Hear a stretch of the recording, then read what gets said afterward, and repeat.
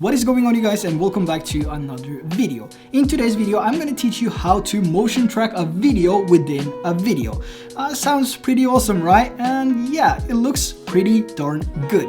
But the process is still straightforward. It's pretty simple to do, and especially if you watch my previous motion tracking tutorial, you should probably get the hang of this already. But we're also going to do some tips and tricks in this video to make it a lot easier for ourselves when we are going to start tracking.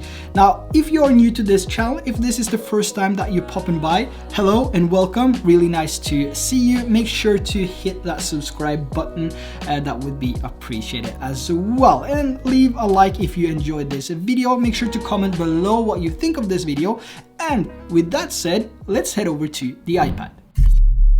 When I first started on this effect, I wanted to take a video and use that without adding some additional lines or anything like that to see how the result would be and how easy it would be to import a video for them to start to track it. In some cases, this might work well, but at the end, it all comes down to the background layer, the main clip you have, which is not being tracked.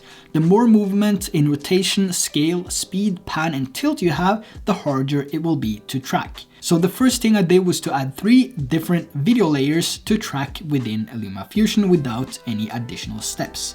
Now, the result didn't look good at all. There was pretty much shake all over. So after the failed attempts on making the tracking without additional guidelines, I ended up with deleting 2 of the layers, ending up with 1. I then took the video and placed next to the background clip. However, you can open this up in a new project. It doesn't have to be next to any layers because we're going to make this separate anyway. I then went into edit on this video, removed all the keyframes and scaled it to an appropriate size. I also decided to add an additional spice to the video and ended up creating a bounce effect at the beginning, so we have the video coming bouncing in before the tracking starts. Once I was happy with the bounce effect, I went back to the timeline and created a new overlay title. Here I replaced the text with a basic line. I then scaled and placed the line where I wanted it to be, and in this case that would be bottom left. After placing the line, I went over to cropping within the text layer and then made a simple reveal of the line by adding 2 keyframes. Once I finished up the animation of the line, I went back to the timeline and placed the text layer to match the bounce of the video. When everything was done, the final step of the new video, which was going to be tracked, was to export the video as a transparent alpha file. The settings I used to export the video was AGVC with transparency, a resolution of 1080p, and a video quality of extreme. When the export was complete, I went back to the project and imported the new video and placed it on top of the main video. I could now go into edit on the new video and start adjusting the scale. Now, what's really important is that you find a point within your main video which you can use as a tracking reference for the motion you're about to create. Since I filmed this with my Mavic Pro and I filmed a shopping mall, I had so many tracking points on the roof, which made this a little bit easier. It's also important that you scrub through your video a couple of times before you pick your point. This makes it a lot easier to find the best and most stable tracking point of your video. And if you have a drone clip going forward like this, it's also important to take scale in consideration. So this clip is moving forward, that means the pop-up video will start at a smaller size for then to be a little bit bigger at the end.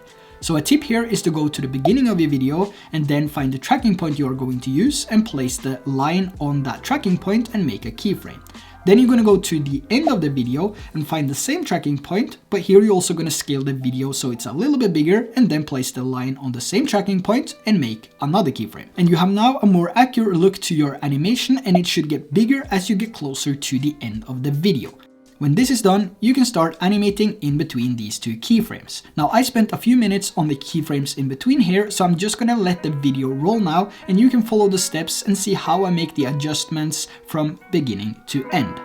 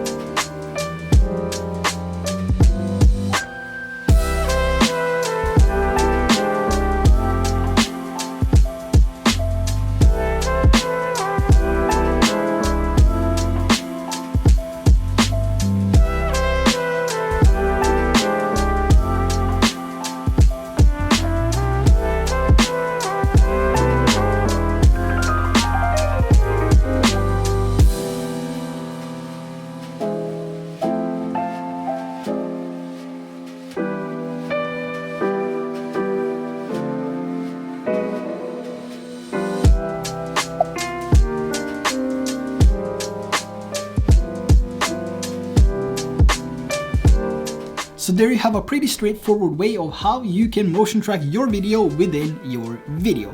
Now, I really hope that you enjoyed this video as well. Let me know down in the comment section below if you liked it, and give it a thumbs up if you really liked it. Also, if you are brand new here, if this is the first time that you jumped in on this video and to my channel, welcome. I really appreciate that you clicked on this video. Make sure to hit that subscribe button as well so you don't miss any future videos.